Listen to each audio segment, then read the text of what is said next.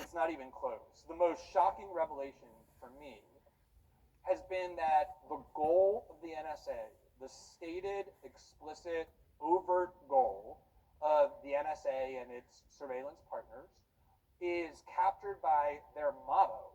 You know, like the way football teams or universities have mottos or like states have mottos, the NSA has a motto that describes its institutional function, its objective. And it's a motto that appears over and over and over and over in many thousands of their documents. And that motto is collect it all.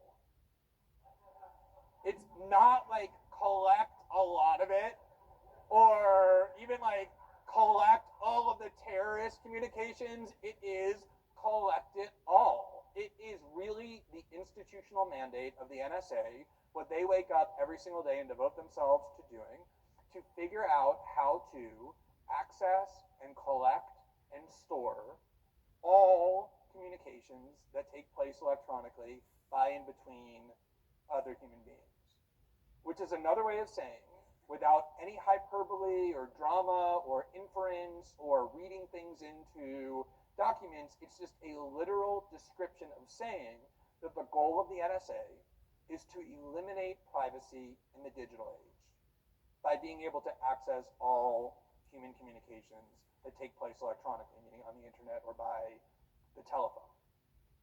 And the reason I found that so stunning, the reason I consider that to be the most surprising revelation when I get asked to apply that label to something, is not because of the way in which that system subverts privacy, although it obviously does that. The much more significant aspect to that revelation is the way in which it subverts democracy. And the reason I say that is because just think about it. The internet is unquestionably one of the most significant, if not the most significant, human innovations of the last several centuries. It has the promise to democratize and to liberalize and to radically reform and empower individuals in all sorts of ways, previously inconceivable ways.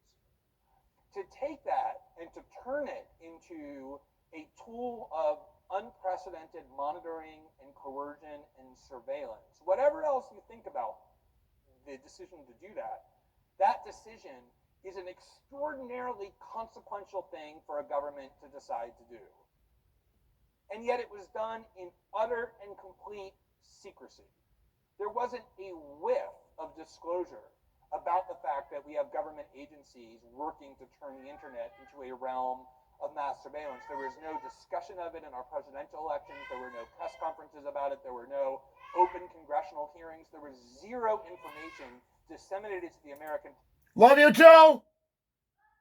Love you. public so that it could decide whether it wanted its government to be doing that. Now, you can call something a democracy, and you can even let the people who live in the country called a democracy every 4 years go and hide behind a curtain and punch a box next to the name of one of two political parties and decide which of it will occupy certain offices. But if you have people doing that in utter ignorance of the most consequential decisions being made, that really is just a hollow ritual. It's the symbol of democracy without any substance behind it. There was